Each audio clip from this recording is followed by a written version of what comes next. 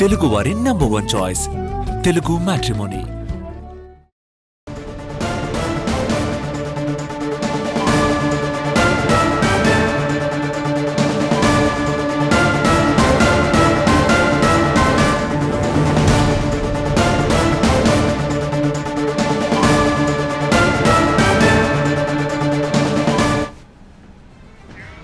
AP Telangana మధ్య బనకచెర్ల వివాదం ముదురుతోంది. Project విషయంలో తగ్గేదేలే అంటోంది ఏపీ ప్రభుత్వం.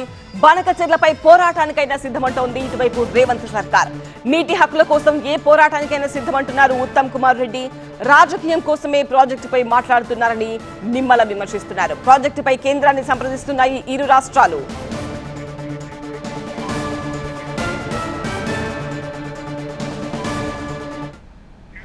బనకచెర్ల వివాదం కొనసాగుతూనే ఉంది. మొదట రేవంత్ సర్కార్ వర్సెస్ బీఆర్ఎస్ లో నడిచిన వివాదం, ఆ తర్వాత తెలంగాణ వర్సెస్ కేంద్రంలా మారి ఇప్పుడు ఏపీ వర్సెస్ తెలంగాణగా పొలిటికల్ అగ్గిరాజేస్తోంది. లేటెస్ట్ గా రెండు రాష్ట్రాల మంత్రులు స్పందించడం, ఎవరికి వారు తగ్గేదిలే అన్నట్టు మాట్లాడడం చర్చనీయాంశమైంది. నెక్స్ట్ ఏంటి అన్నది ఆసక్తి రేపుతోంది.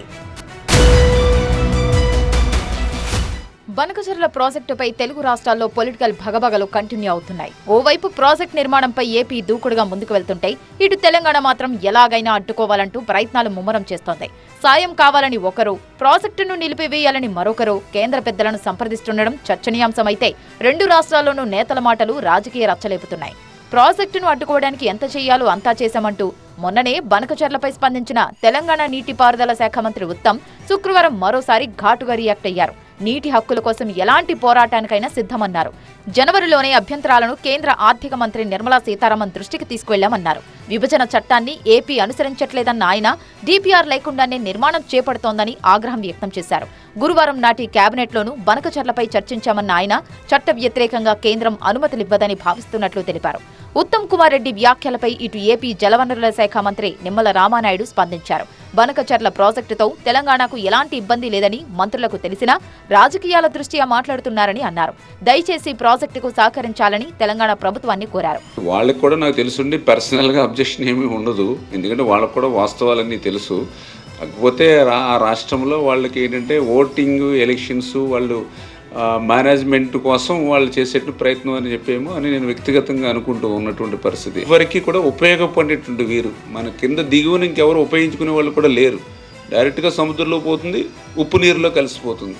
ఇప్పుడు 3000 టీఎంసీలు నీరు పోతుంది, అందులో 200 టీఎంసీలు మనం ఉపయోగించుకుంటున్నాం. సాగునీరుకి కానీ త్రాగునీరుకి కానీ ఉపయోగించుకోవాలని అనుకుంటున్నాం. అందుచేత ఇంకా 2800 టీఎంసీలు నీరు సముద్రంలో పోతుంది. అందుచేత దయవుంచి అంటే ఈ అందరూ కూడా అర్థం చేసుకొని సహకరించాలని చెప్పేసి కూడా మేము కూడా విజ్ఞప్తి చేస్తూ ఉన్నాం, కోరుతూ ఉన్నటువంటి పరిస్థితి. ఇక తెలంగాణ ఏపీ వాదనలు అలా ఉంటే, ఇరు రాష్ట్రాల ప్రతినిధులు కేంద్రంతో సంప్రదింపులు జరుపుతుండటంతో ఇష్యూ మరో టర్న్ తీసుకుంది.